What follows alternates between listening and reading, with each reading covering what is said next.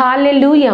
యేసే మనకు ఆశ్రయం అనే టీవీ కార్యక్రమాన్ని వీక్షిస్తున్నాం. మీ అందరికీ నజరేయుడైన యేసుక్రీస్తు నామమున శుభములు. ఎలా ఉన్నారండి? దేవుడు తన రెక్కల చాటును మనల్ని భద్రపరిచి ఈ యొక్క సంవత్సరంలో చివరి నెలలోనికి ప్రవేశింపచేసిన దేవాది దేవునికి సమస్తమైన మహిమ ఘనత ప్రభావాలు కలుగును గాక. ఈ యొక్క వారం కూడా ఈ రోజు కూడా ఆ గొప్ప దేవాది దేవుడు మనతో మాట్లాడాలని ఆశపడుతున్నారు. కాబట్టి దేవుడి యొక్క మాటల కోసం మన యొక్క హృదయాన్ని సిద్ధపరచుకుందామండి. ప్రార్థన చేసుకుందాం. సర్వోన్నతుడా, సర్వాధికారి, సర్వశక్తిమంతుడా, నీకు స్తోత్రాలు.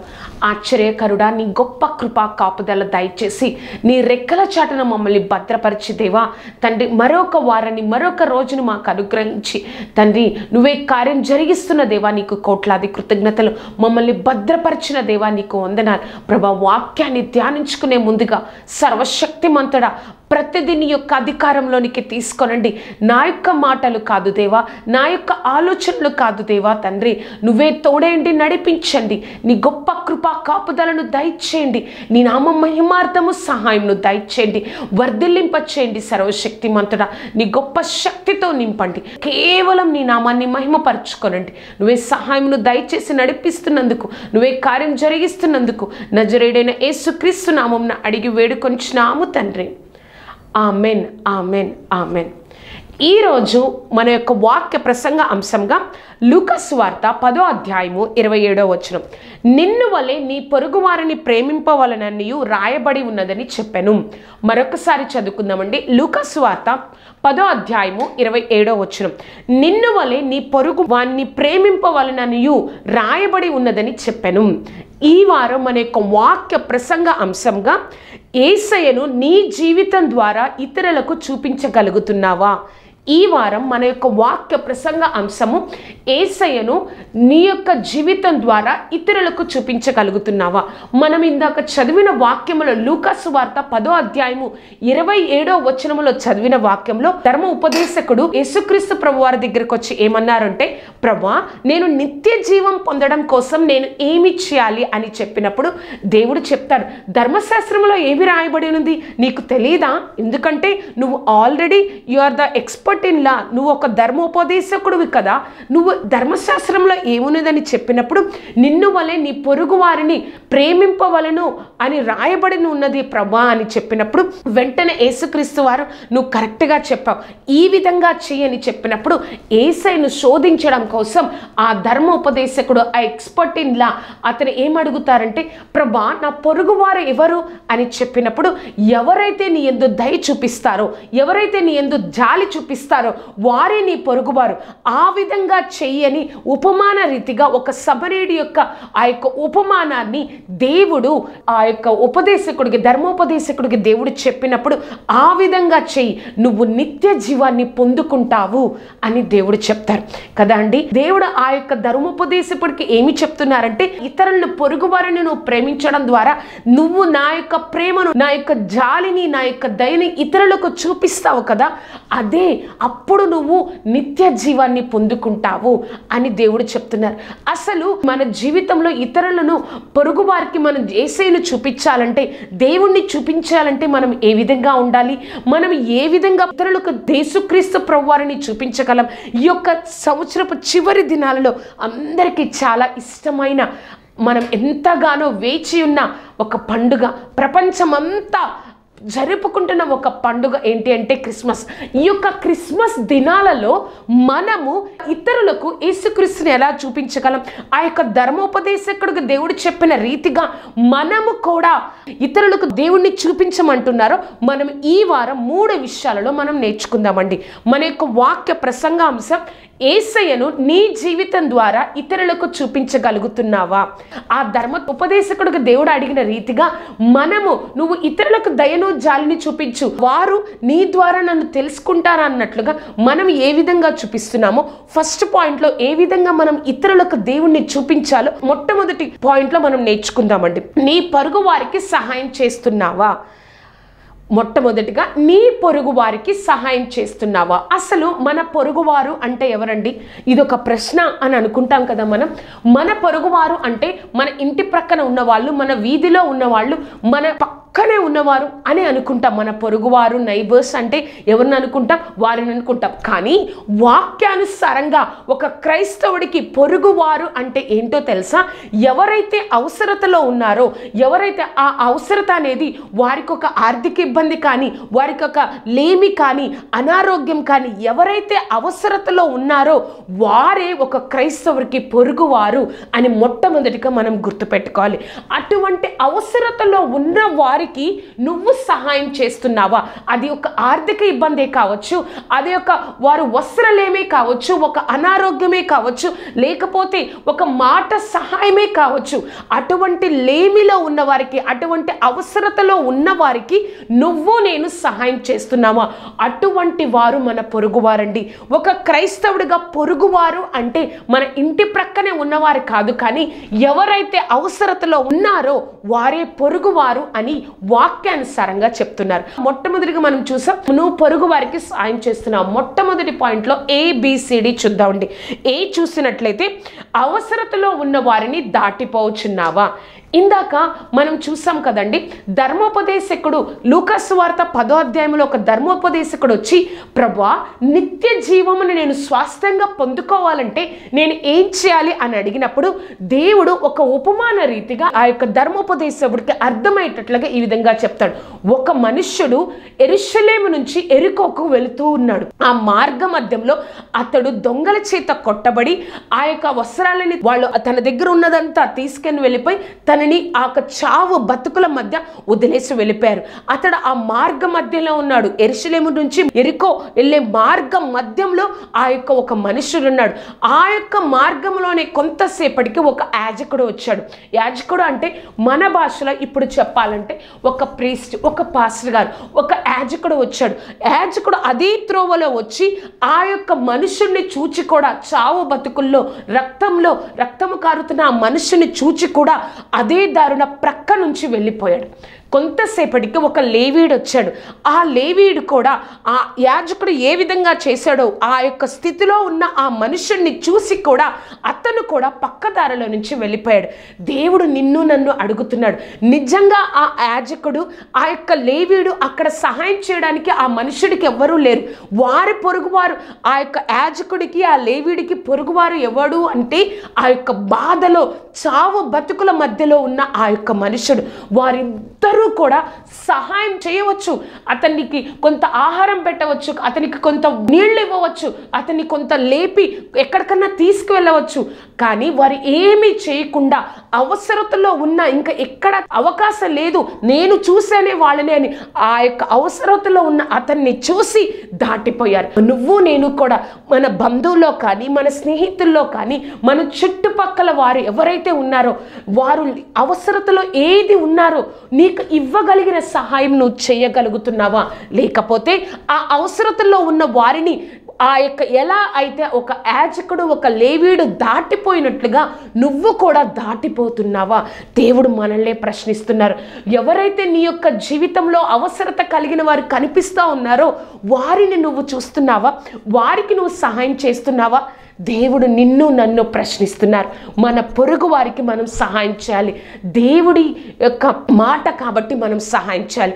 1లో B చూసినట్లయితే పొరుగు వారిని ప్రేమించుట నీ భక్తిలో ఒక భాగం. నేను చాలా ప్రార్థన చేస్తాను, నేను వాక్యాన్ని చదువుతాను, నేను చర్చిలో ఒక పెద్దని అని అనుకుంటున్నావు కదా, కానీ నీ భక్తిలో ఒక భాగం ఏమై ఉండాలో తెలుసా?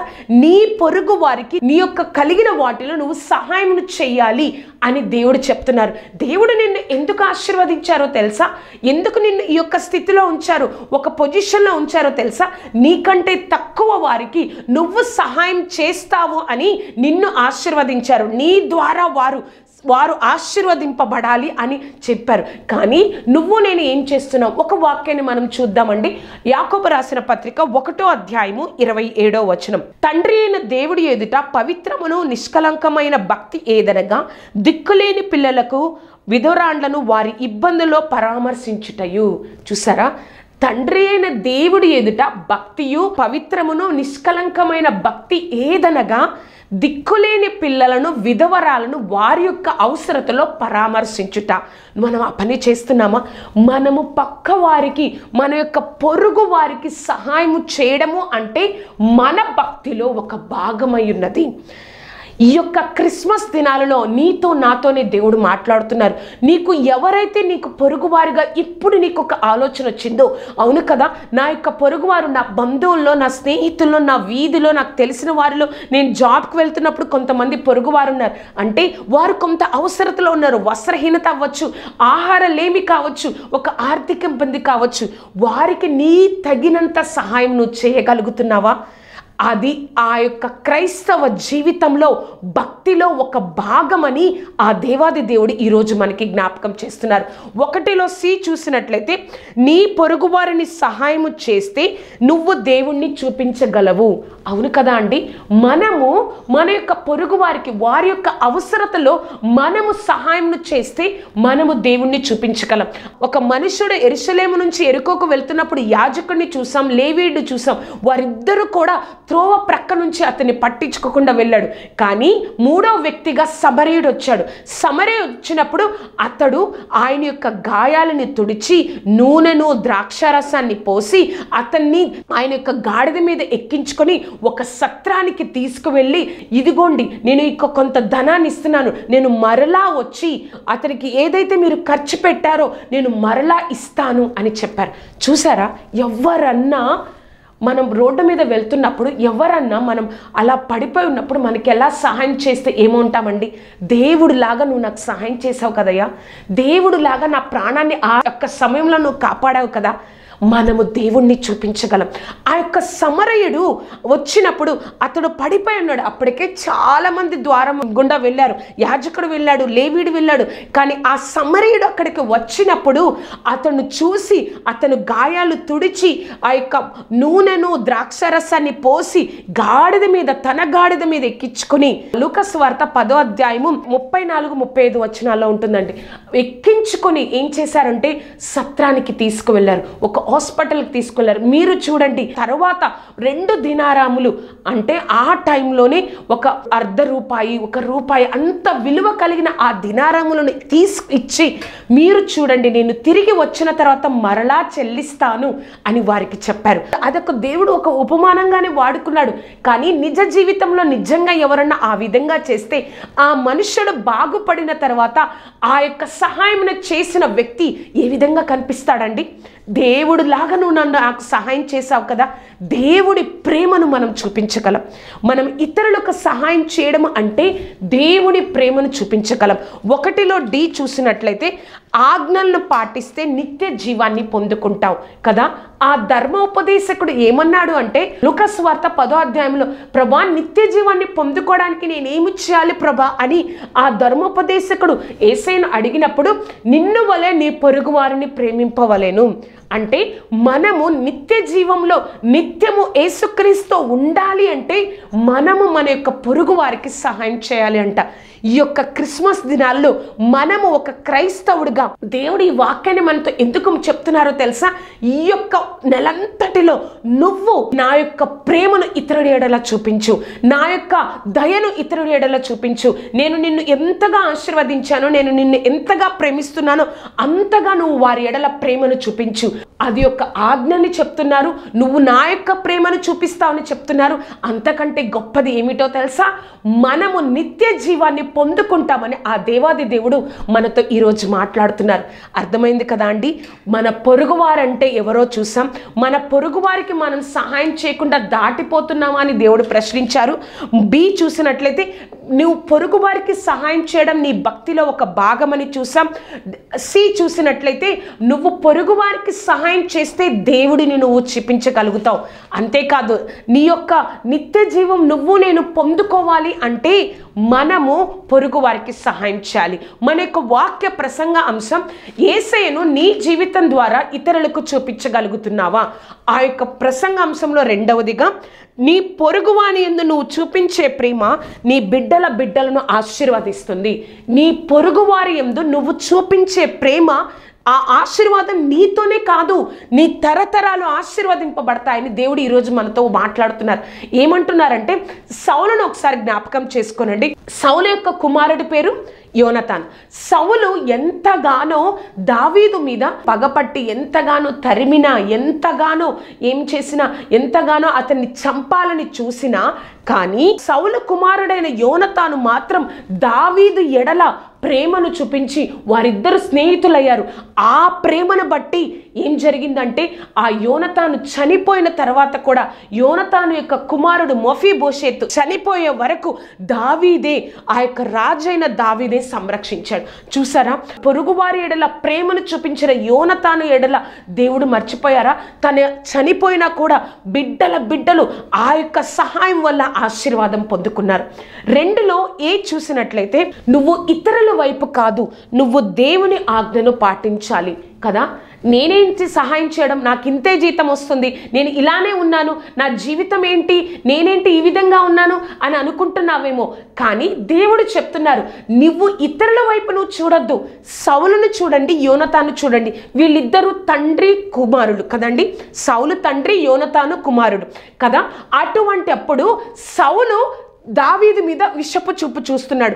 ఎప్పుడైతే దావీదు గొల్యాతును చంపి సౌలు 1000 మందియో దావీదు 10,000 మందియో అని పొగిడినప్పుడు అప్పటి నుంచి సౌలు దావీదు మీద విషపు చూపు చూడడం వల్ల అతన్ని ఎప్పుడు చంపుదామని చూసినా కూడా యోనతాను యొక్క హృదయం సౌలు యొక్క హృదయంతో కలిసింది కాబట్టి వారిద్దరు స్నేహితులుగా ఉన్నారు. అయ్యో నా తండ్రి ద్వేషిస్తున్నాడే, నేను కూడా ద్వేషించాలే కాదు, అది దేవుడి ఆజ్ఞ, నేను పాటించాలి. నువ్వు ఇతరుల వైపు చూడడం కాదు, నా దేవుడి ఆజ్ఞ, నా పొరుగు వారిని ప్రేమించడం, నన్ను వలె నా పొరుగు వారిని ప్రేమించడం అది యొక్క దేవుడి ఆజ్ఞ కాబట్టి నేను పాటించాలని నువ్వు ఎప్పుడైతే అనుకొని ముందుకెళ్తావో దేవుడు నిన్ను నన్ను మర్చిపోరు.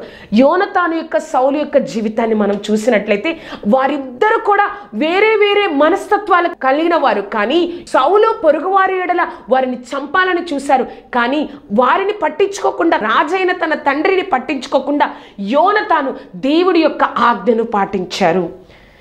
రెండులో బి చూసినట్లయితే నీ పొరుగువాడి ఎడల చూపించిన ప్రేమ వారిని రక్షిస్తుంది.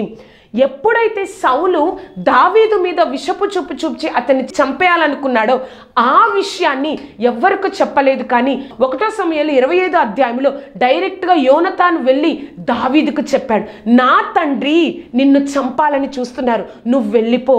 చూసారా?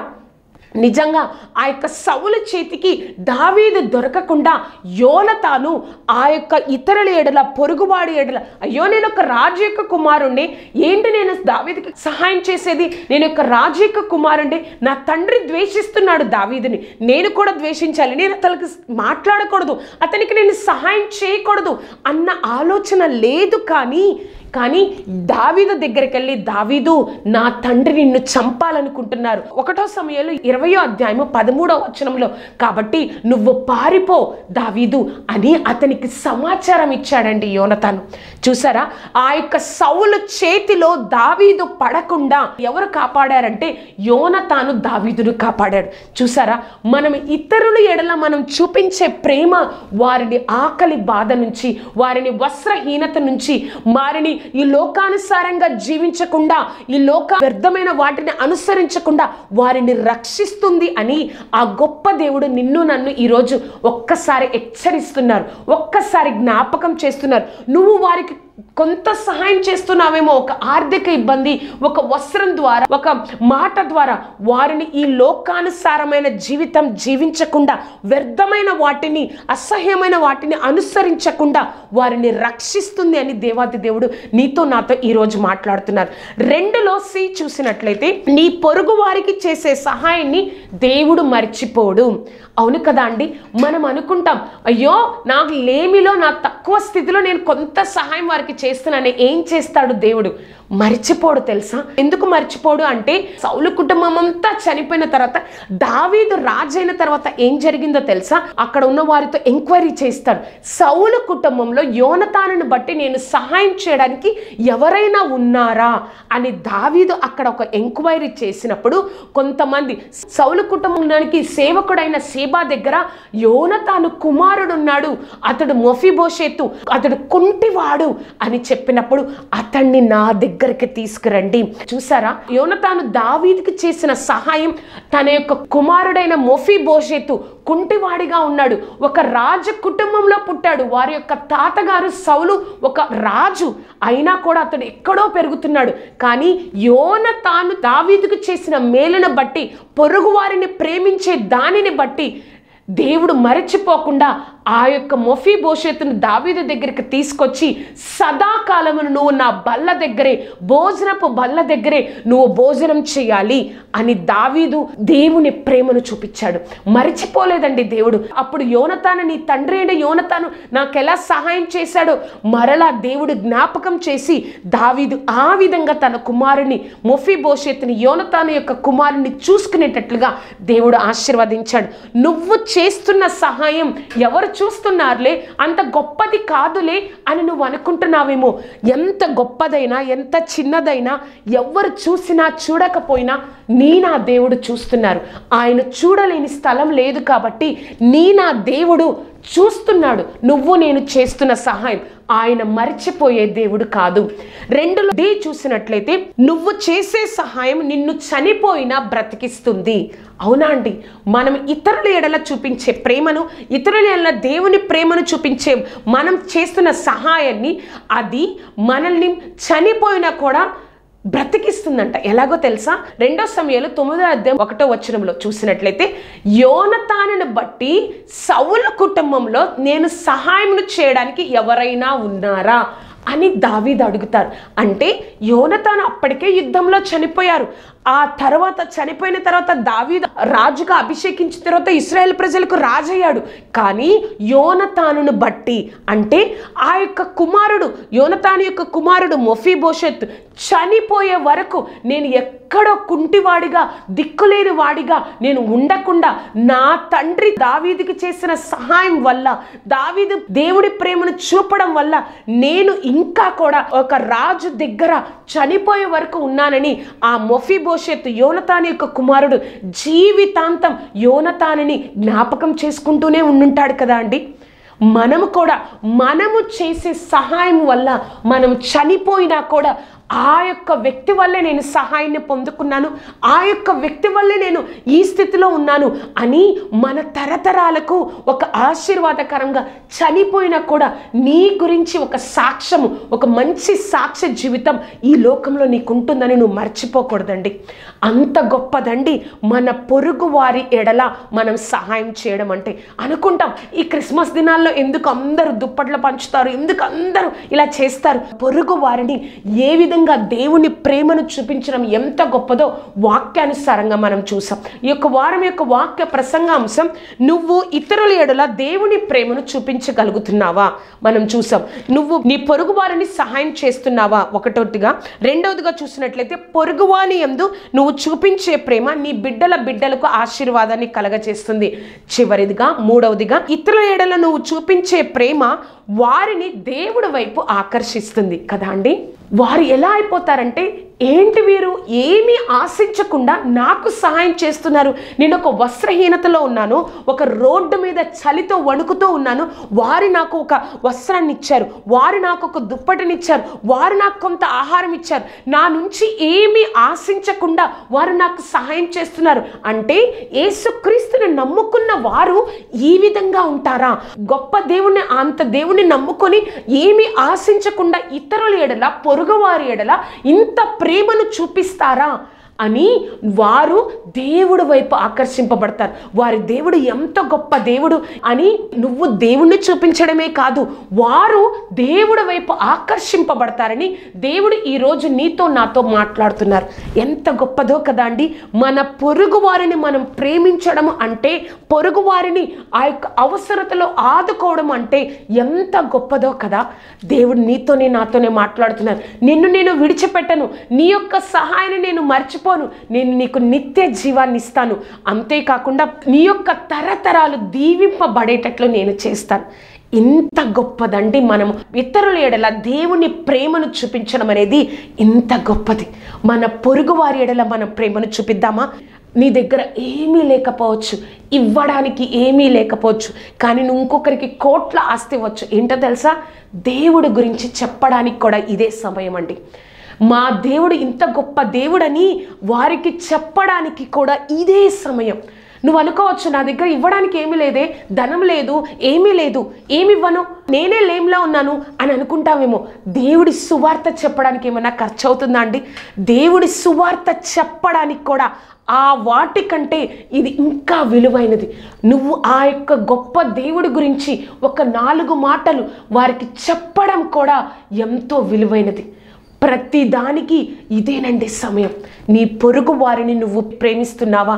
నీ పొరుగు వారిని దేవుని ప్రేమను నువ్వు చూపించగలుగుతున్నావా? ఆ గొప్ప దేవాది దేవుడు నీతో నాతో మాట్లాడుతున్నారు.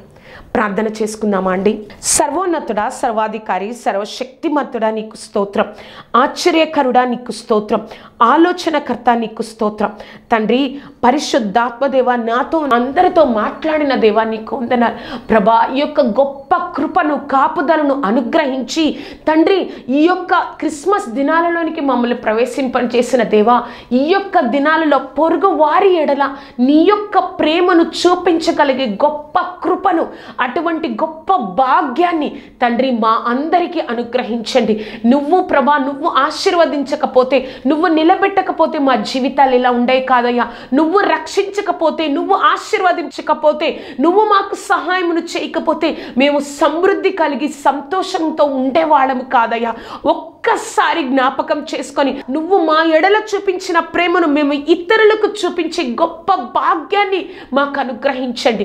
నీ కృపతో నింపండి. నీ నామ మహిమార్థము సహాయంను దయచేయండి. నీ గొప్ప కృపా కాపుదలను దయచేయండి తండ్రి. ఈ వాక్యం ఎవరైతే వింటున్నారో, ఇంకా నేను ఎందుకు చేయాలి, నేను ఎందుకు సహాయం చేయాలి కాదు, నా యొక్క దేవుడి ప్రేమను నేను చూపించాలి, నా తరతరాలు బిడ్డలు ఆశీర్వదింపబడాలి, అంతేకాదు నేను నిత్య జీవం పొందుకోవాలి, నా యొక్క నెక్స్ట్ తరాన్ని దేవుడు విడిచిపెట్టాడు, నన్ను మర్చిపోడు అని ధైర్యంతో ప్రభా, యోనాతాను, దావీదు ఆ యొక్క కుటుంబాల ద్వారా మాట్లాడిన దేవా, దానిని జ్ఞాపకం చేసుకొని వారు చెయ్యగలిగినది చెయ్యడానికి, ప్రతి ఒక్క శోధన నుంచి విడుదల దయచేసి వారు చెయ్యగలిగినది చెయ్యడానికి ప్రభా వారికి సహాయం దయచేయండి. నీ యొక్క ప్రేమతో, నీ యొక్క ఆత్మతో వారిని నింపండి. నీ నామాన్ని ఘనపరుచుకొనండి, తోడేయండి, నడిపించండి ప్రభా. నాతో, మాతో, మా అందరితో మాట్లాడిన దేవా, నీ కృపా కాపుదల దయచేసి నీ నామాన్ని మహిమపరుచుకొనండి.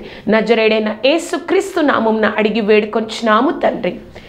Amen, amen, amen. చూశారు కదండి, మన పొరుగు వారిని ప్రేమించడంలో ఉన్న ఒక గొప్ప ఆశీర్వాదం. ఆ ఆశీర్వాదం నీకు నాకు కావాలంటే అది మన చేతిలోనే ఉంది. మనం ఏమి చేస్తామో అది పొందుకుంటాం. అదే దేవుడు ఈరోజు చెప్పారు, నువ్వు నేను ఏమి చేస్తావో దానికంటే రెట్టింపు ఆశీర్వాదం. నువ్వు ఒక్కరోజు 2 రోజులు సహాయం చేస్తావు, కొన్ని నెలలు సాయం చేస్తావు, కొన్ని సంవత్సరాలు సాయం చేస్తావు. దేవుడు నాతో మాట్లాడారు, తరతరాలు ఆ సహాయం ద్వారా తరతరాలు ఆశీర్వదింపబడతాయని. ఎంత గొప్ప ధన్యత ఉంది కదా నువ్వు నేను పొరుగు వారికి సహాయం చేయడం వల్ల. ఈ యొక్క కార్యక్రమం మీకు ఆశీర్వాదకరంగా ఉన్నట్లయితే మీ యొక్క స్నేహితులకు, బంధువులకు ఈ యొక్క కార్యక్రమాన్ని పరిచయం చేయండి. అంతేకాదు ఈ యొక్క కార్యక్రమం గురించి, నా గురించి ప్రార్థన చేయండి. మన కుటుంబంలో ప్రతి ఒక్కరూ మన తరంతోనే పొరుగువారిని ప్రేమించడం కాదండి, మన తరంతోనే పొరుగువారిని ప్రేమించడం కాదు, మన తరతరాల పిల్లలు కూడా పొరుగువారిని ప్రేమించి ఆ యొక్క నిత్య జీవాన్ని పొందుకునేటట్లుగా, అంతేకాకుండా దేవుడు మనల్ని గొప్పగా ఈ లోకంలో ఆశీర్వదించేటట్లుగా అటువంటి ఆత్మీయ జీవితంలోనికి, ఎందుకంటే అది యొక్క ఆజ్ఞ, అంతేకాకుండా అది యొక్క భక్తిలో ఒక భాగం కాబట్టి మనం నిలబడదామండి. ఒక మాదిరికరంగా మనం నిలబడదాం. దేవుడి గొప్ప దీవెనలు మనం పొందుకుందాం. దేవుడు మిమ్మల్ని దీవించును గాక. Amen, amen, amen.